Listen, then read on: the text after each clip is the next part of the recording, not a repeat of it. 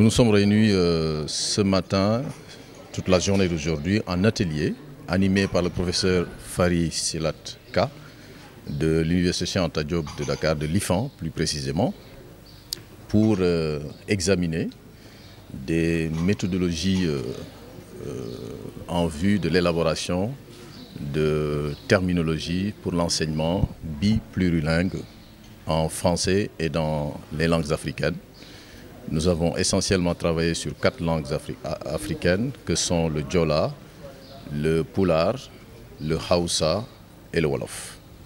Donc la journée d'aujourd'hui est consacrée entièrement à l'examen des démarches terminologiques que nous avons adoptées pour arriver aux résultats que sont les listes de termes, et à l'examen, discussion des termes constituant ces listes-là. Nous nous sommes rendus compte dans le cadre de l'Observatoire du plurilinguisme africain qu'il est plus qu'essentiel, plus qu'urgent que des travaux approfondis soient menés sur la création de termes pour l'enseignement dans nos langues africaines, l'enseignement-apprentissage dans nos langues africaines.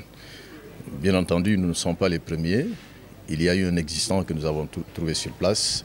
Il y a eu des travaux antérieurs. Mais l'objectif de l'Observatoire, à travers notamment ce groupe de travail, c'est de faire en sorte que nous disposions d'une base de termes stabilisée dans toutes les langues africaines. Ça, c'est à terme.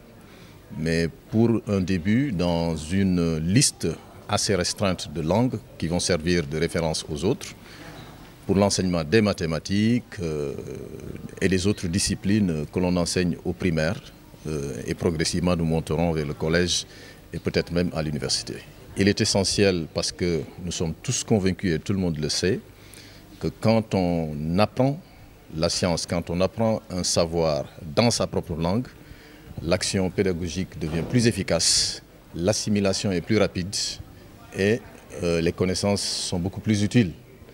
Nous n'excluons pas la présence continue des langues étrangères dans le système d'enseignement, mais nous pensons que ces langues-là doivent pouvoir cohabiter dans une dynamique d'apprentissage et d'enseignement pour le grand bien, pas seulement des apprenants, mais surtout de la population tout entière.